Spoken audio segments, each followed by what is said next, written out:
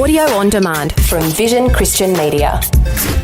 Foundations. Blood was put on the horns of the incense altar, and the rest was poured out at the base of the altar of burnt offering. If you picture that, it's kind of like, wow. It would have been a pretty gross scene, wouldn't it? Really gross scene, and kind of makes you realise just how serious sin is. Foundations. Understanding the Jewish foundations of our Christian faith. With Robbo Robinson and Mandy Warby. We know Jesus as prophet, priest and king. He meets all the criteria for those roles, and we know that when he spoke about what would take place regarding his own life and future events, he was correct, proving himself to be a prophet. We know that he was born in the lineage of King David, making him a legitimate heir to the throne of Israel, and he is also our great high priest. But what makes him a high priest? That's what we're going to be looking at today in Foundations. It's kind of interesting. You wonder, how did we come to the conclusion that he's prophet, priest and king? And something that actually, well, I mean, there's lots of things that gives it away, but one of them is just through the gifts that he was given when he was born, given by the Magi, the gold, frankincense and myrrh. And symbolically, they represent his kingship, his priesthood, and that he's a role of a prophet. So we know he's our king. We know he's a prophet. We know everything he said was true. But why did he have to be a priest? Why is he called a priest? I mean, what does a priest actually do? I mean, if I was to use these following words, okay? An advocate, an arbiter, an arbitrator, a broker, a negotiator, a peacemaker, a referee, a moderator, an umpire, an interagent, an intercessor, the middleman.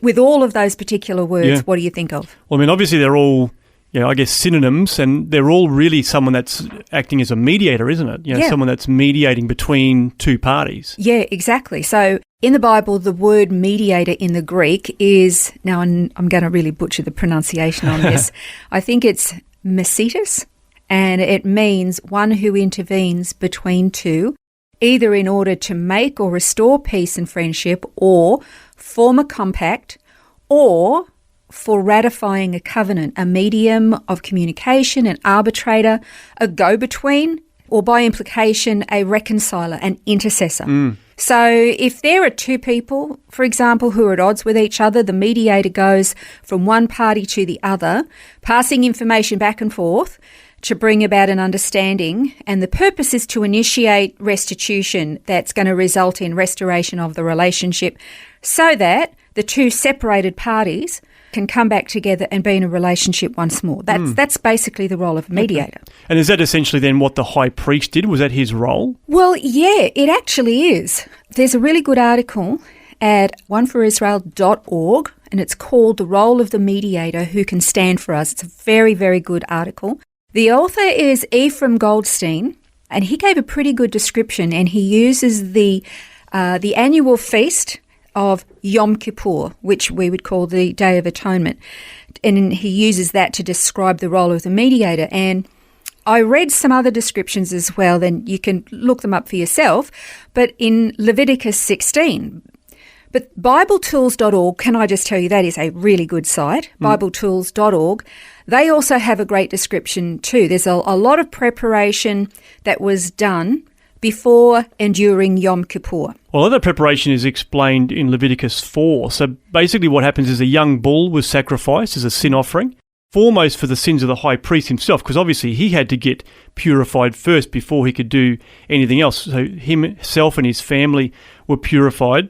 This requirement, as mentioned, was given in Leviticus 4 because if the high priest sinned, he'd bring sin upon the whole nation. Because he was the representative, so you don't want to be going in to make atonement and then suddenly you've got sin that's being dealt with at that time. So a bull was sacrificed first. The blood was sprinkled 7 times before the Lord in front of the veil in the sanctuary. This is in Leviticus 4 verse 6, and then in 4 verse 7, blood was put on the horns of the incense altar, and the rest was poured out at the base of the altar of burnt offering. Can I tell you, that's a lot of blood? If you picture that, it's kind of like, wow. It would have been a pretty gross scene, wouldn't it? Really gross scene, and it kind of makes you realise just how serious sin is.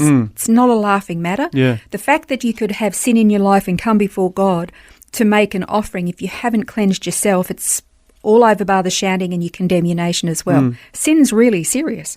So the high priest had to wear very special linen garments. They were only worn once a year on Yom Kippur. He also underwent ritual water cleansing. And on Yom Kippur, only the high priest performed the sacrifices. Normally, all the priests, not the Levites, but the priests themselves would perform many of the tasks. But on this particular occasion, only the high priest, only him. Even the lighting of the menorah, the incense offerings, everything was done by the high priest on Yom Kippur. And it was the high priest, him alone, bridging this gap and meeting all the requirements between God, who is perfect and high and lofty, and this sinful people. So really important role. And it was important that the high priest himself be clean and pure. And you mentioned this before approaching God on behalf of the people, because if he was struck dead, then where does that leave the people? If he's got sin in his life and comes before the God of all creation, he's actually bringing sin, as I said, not just on himself, but on the people as well. He was the only one permitted to go into the Holy of Holies in the tabernacle once a year, and then later the temple, the sprinkling of blood. So much blood. The very thought of all of that blood in such a holy place, it's kind of really hard for me to sort of get my head around that. Yeah. And that was then sprinkled on and before the mercy seat. It was the only time, again, in the entire year that he was permitted into that holy place. I mean, I am not a high priest. That's a shock, I know. But could you imagine the fear and the quaking that the high priest would have felt when it's my turn? That's right. And I've got to get myself cleansed. I can't have any secrets here. I've got to just be and I've now got to go into that little tiny room. That would be terrifying. Your heart would be racing, that's for sure. Exactly. So the high priest, he has to ensure his sin and that of his family is dealt with. So much ritual, so much ceremony that he had to go through for him to be right. And of course, then with the 2 goats on Yom Kippur, there was one that was sacrificed for the people. Its blood was shed.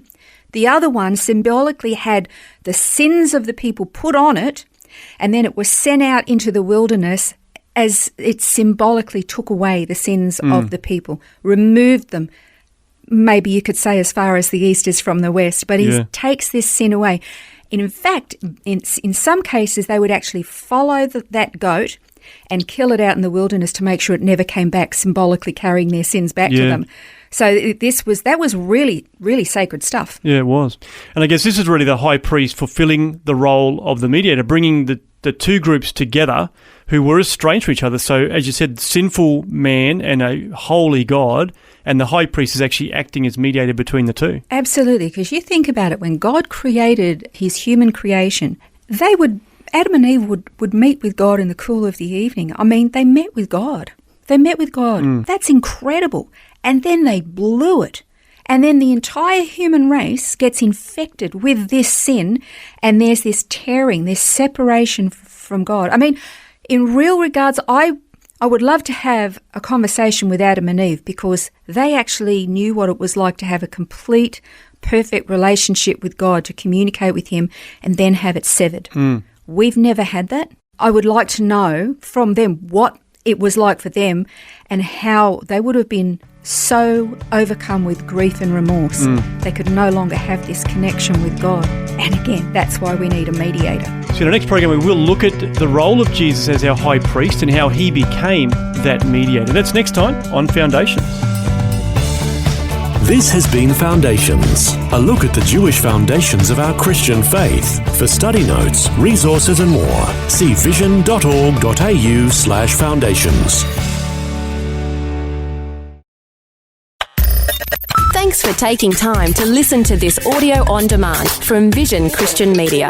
To find out more about us, go to vision.org.au.